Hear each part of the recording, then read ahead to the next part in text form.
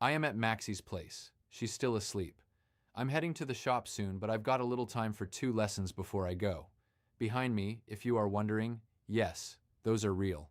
2 deer, staring at nothing, mounted on her wall like it is a completely normal way to decorate an apartment.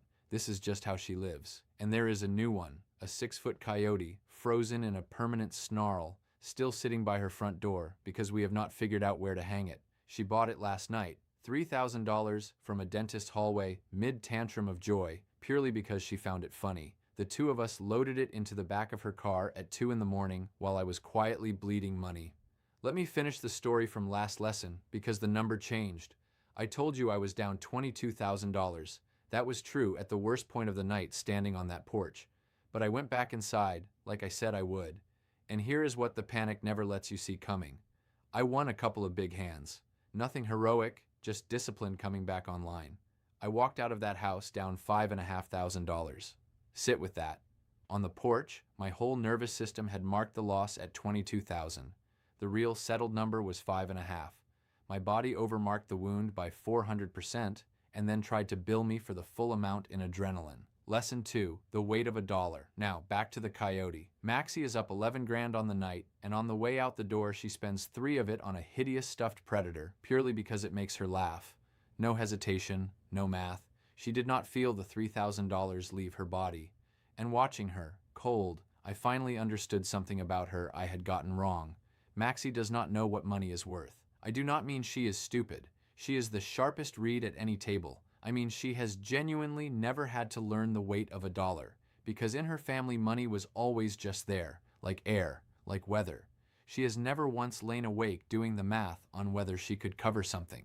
So $3,000 and $30 feel almost the same to her. Both are just numbers that buy the joke. Watch how my wiring runs the exact opposite error. Mira and I know what a dollar is worth. We know it down to the cent. We learned it in a house where money was the difference between a quiet night and a broken one, where a bad week meant the lights, where every dollar was a brick in the wall between us and the dark. We never got the luxury of money feeling like weather. For us, it was always survival. So here is the trap. It is tempting to look at Maxie floating 3 grand on a dead coyote without a flicker and want that, to want money to stop having weight, to finally feel free of it. I do not want that. I need to be clear, because this is the whole lesson. I do not want to become someone who does not know what a dollar costs. That is not wisdom. That is just luck she was born into.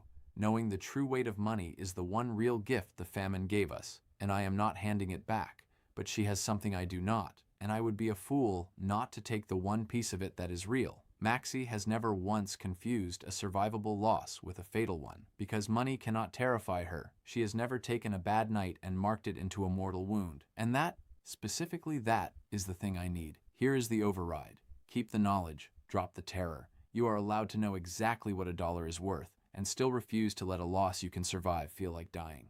The 5,500 was real. It was a genuine cost. I respect it, and it is not a wound. It is the price of a wild night with a woman who owns many dead animals and no fear. Know the weight of the dollar. Just stop letting it crush you. I'll see you in lesson 3.